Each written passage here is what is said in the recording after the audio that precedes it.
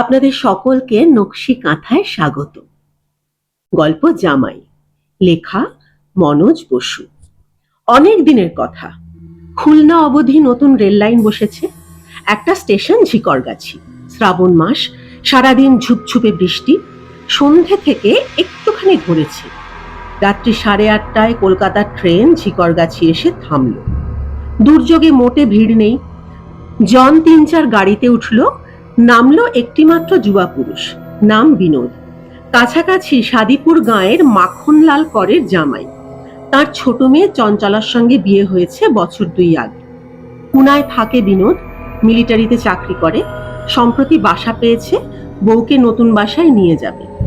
1 সপ্তাহের ছুটি নিয়ে শ্বশুর বাড়ি যাচ্ছে।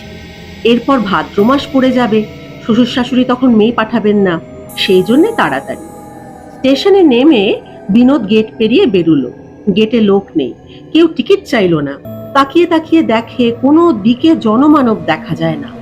আরো 2 বার সে শ্বশুরবাড়ি এসে গেছে, পথ মোটামুটি জানা। তবু ভালো করে একবার স্টেশন মাস্টারের কাছে জিজ্ঞাসাবাদ করে নেবে। অফিস করে দরজা ঝাঁকাচ্ছে, মাস্টার মশাই, মাস্টার মশাই। দরজা ভেতর থেকে বন্ধ, আলো জ্বলছে। স্টেশন মাস্টার আছেন অফিসে, সাড়া দিচ্ছেন না। শুনুন একটিবার মাস্টার মশাই। পয়েন্টসম্যান এলো হঠাৎ কোন দিক থেকে, গায়ে নীল কোট, তার উপর মোটা কম্বল জড়ানো। তা সত্ত্বেও হি হি করে কাঁপছে। বলে, ডাকেন কেন বাবু? মাস্টার মশাই জ্বরে বেহুঁশ। গাড়ির ছাড় গার্ড সাহেব আজ আমার কাছ থেকে নিয়ে নিল, উনি উঠতে পারবেন না। আমায় বলুন কি দরকার? সাদিপুর থেকে আমার জন্য পালকি আসার কথা, দেখতে পাচ্ছি না তো। ভ্রুভঙ্গি করে পয়েন্টসম্যান বলে, পালকি চাচ্ছেন বাবু? বলি, পালকিটা বইবে কারা? বেহারা জুটবে কোথা থেকে? ম্যালেরিয়ার নতুন আমদানি, ঘরে ঘরে মেয়ে মর্দ সকলের জ্বর। এক বাটি বার্লি রেঁধে দেবার মানুষ জোটে না, আপনার মাথায় পালকির শখ চাপলো এখন। হাঁসফাঁস করছিল লোকটা। বিনোদের সামনে সেইখানে মেঝের উপর বসে পড়ল। বলে, আগের লোকটা মারা গেল জ্বরে, পরশুদিন আমায় এই স্টেশনে পাঠালো। আমাকেও জ্বরে ধরেছে, কপালে কি আছে জানি নে। 2 মাসের মধ্যে বিনোদ শ্বশুরবাড়ির কোনো চিঠিপত্র পায়নি। মন বড় উতলা। স্টেশন মাস্টার পুরনো লোক, তিনি হয়তো খবরাখবর কিছু বলতে পারতেন। এই লোক একেবারে নতুন, একে জিজ্ঞাসা করে লাভ নেই। সারাদিন খাওয়া হয়নি বিনোদের, বড় ক্লান্ত। একবার ভাবলো রাত্রিটা স্টেশনে কাটিয়ে সকালবেলা বেরোবে, কিন্তু সামান্য পথ, মাইল 3 বেশি নয়। মশা ঝাঁকে ঝাঁকে এসে পড়ছে, যা গতিক রাতের মধ্যে চোখ বুঝতে দেবে না। তার চেয়ে কোনো রকমে পথটুকু কাটিয়ে শ্বশুরবাড়ির খাটের উপর গদিয়ান হয়ে পড়া ভালো। পথে নেমে পড়লো বিনোদ। হনহন করে চলেছে। হাত ঘড়িতে 9টা, সন্ধ্যা রাত্রি বলা যায়। এর মধ্যে চারিদিক একেবারে নিশুতি। রাস্তার জল কলকল করে নালায় পড়ছে। ব্যাঙ ডাকছে গ্যাঙর গ্যাং। বাদুরের ঝাঁক উঠছে মাথার উপরে। চাঁদ দেখা দিল আকাশে। মেঘ ভাঙা ঘোলাটে জ্যোৎস্না, অদূরে কেয়া ঝাড়, ছত্রাকার কেয়া পাতার নিচে মানুষ যেন। মানুষটা কাঁটা বনের মধ্যে মোটা কেয়াগুড়ির উপর আরামে হাত পা ছড়িয়ে বসে আছে। স্টেশন থেকে বেরিয়ে এতক্ষণের মধ্যে প্রথমে এই মানুষ। বিনোদ ব্যাকুল হয়ে জিজ্ঞাসা করে, সাদিপুরে মাখনলাল করের বাড়ি যাব, যাচ্ছি তো ঠিক? শঙ্খের মতো আওয়াজে মানুষটা জবাব দেয়, সাদিপুর যাবে তো এই দিকে চলে এসো। ডাকছি, আসছো না কেন? পথ কোথা গহীন জঙ্গলের মধ্যে। পাগল নিশ্চয়ই, নয়তো রাত্রিবেলা ঘর বাড়ি ছেড়ে এমন জায়গায় কেন? মিলিটারি মানুষ বিনোদ, সে কিছু গ্রাহ্য করে না। নিরুত্তরে অন্যদিকে মুখ ফিরিয়ে আরো জোরে গটমট করে চলল। দীর্ঘ একটা খেজুর গাছ ঝড়ে বেঁকে গেছে, কাত হয়ে আছে সেটা রাস্তার উপর। গাছটা আগেও দেখেছে, বিনোদের মনে পড়ল। ঠিক ঠিক পথেই যাচ্ছে, তবে পথ হারায়নি। যেই মাত্র গাছের নিচে আসা, গাছটা নুয়ে এসে ভীষণ জোরে মাটিতে আছড়ে পড়ল। সঙ্গে সঙ্গে আবার আগেকার অবস্থায়, তেমনি কাত হয়ে রাস্তার উপর। কার যেন খলখল হাসি শুনতে পায় বাতাসে। বিনোদ ছুটে বেরোলো, তাই রক্ষে, নইলে গাছ ঠিক মাথার উপরে পড়তো। মাথা ফেটে চৌচির হয়ে যেত। অল্পের জন্য বেঁচে গেছে।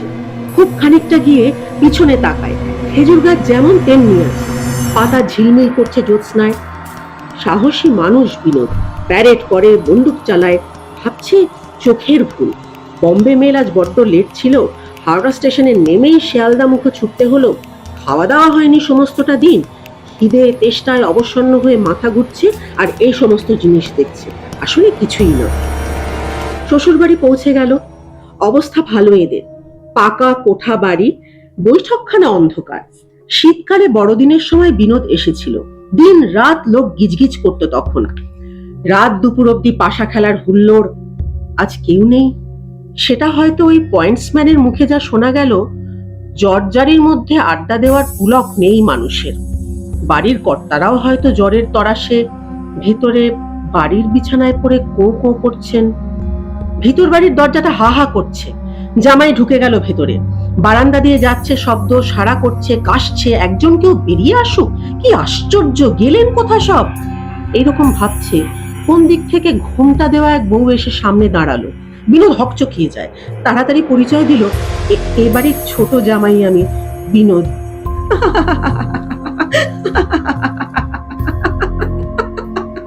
খিলখিল খিলখিল উচ্ছ্বসিত হাসি, হাসতে হাসতে ঘুমটা খুলে ফেলে চঞ্চলা।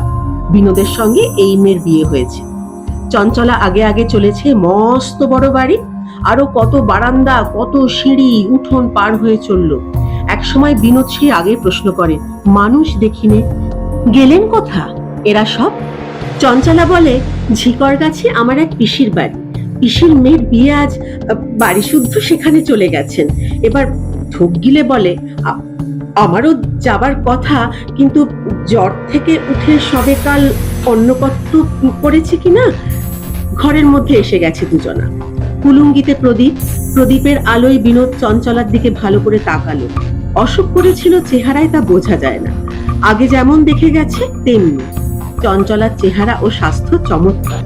বিনোদ বলে, এত বড় বাড়ির মধ্যে একলা একটি প্রাণী ভয় হচ্ছে না তোমার? একলা কেন হব, বুড়ো দারোয়ান আর গোবিন্দ চাকর আছে, তারা বৈঠকখানায়, সৌদামিনী ঝিও আছে। শরীর খারাপ বলে সকাল সকাল শুয়ে পড়েছে, ডাক দিলে এসে পড়বে।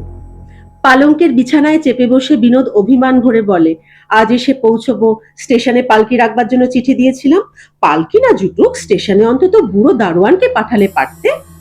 চঞ্চলা ঘাড় নাড়ল, চিঠি পৌঁছয়নি, পৌঁছবার উপায়ও নেই, পোস্টমাস্টার পিয়ন দুটোই মারা গেছে, যে রানার ডাক বয়ে আনতো সেও নাকি নেই।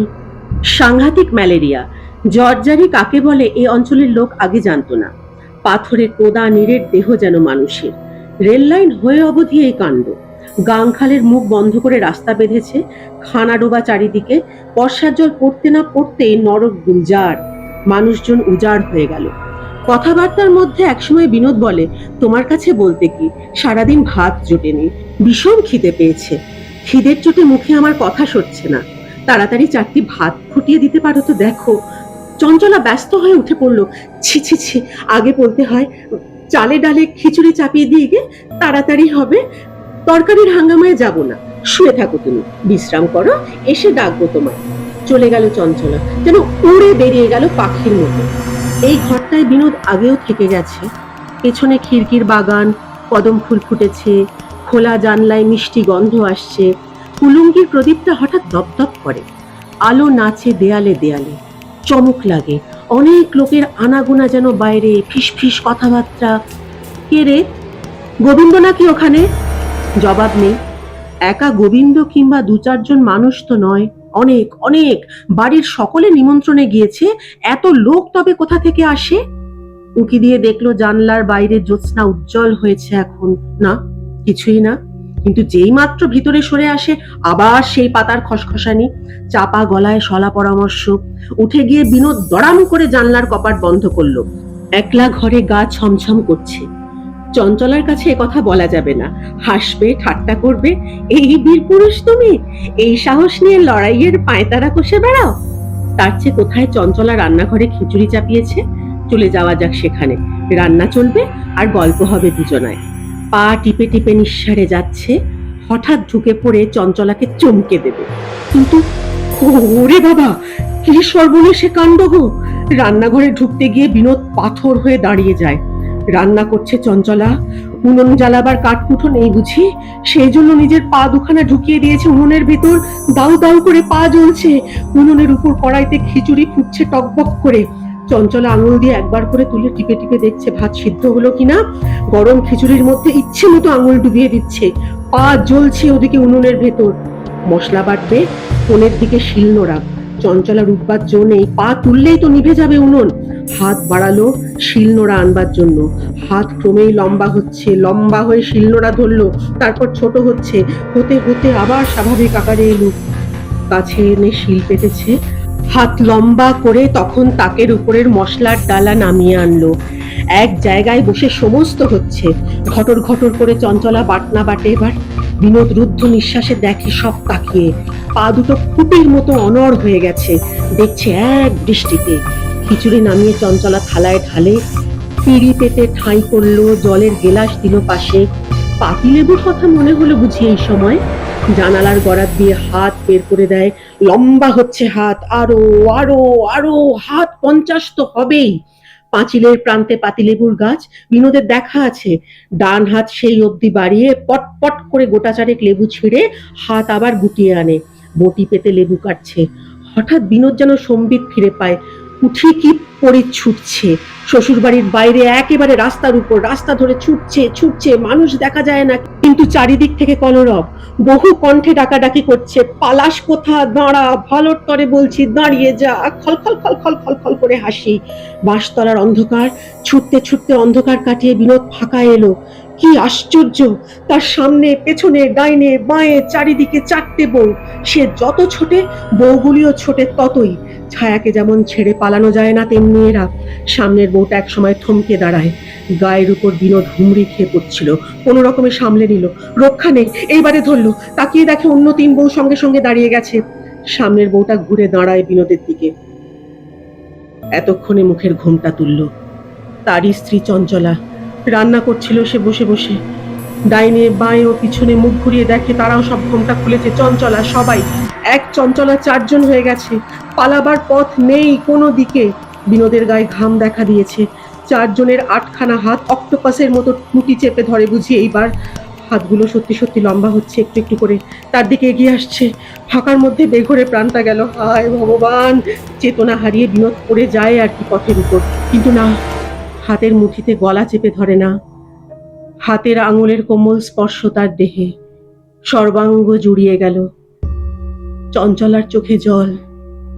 4 জনের একসঙ্গে জল এসে গেছে চোখে। বলে, দেখো, একজন আমি 4 জন হয়ে চারিদিক থেকে ঠেকিয়ে নিয়ে এলাম, নয়তো রক্ষা ছিল না। প্রাণ নিয়ে ফিরতে দিত না ওরা। বিনোদ বলে, ওরা কারা?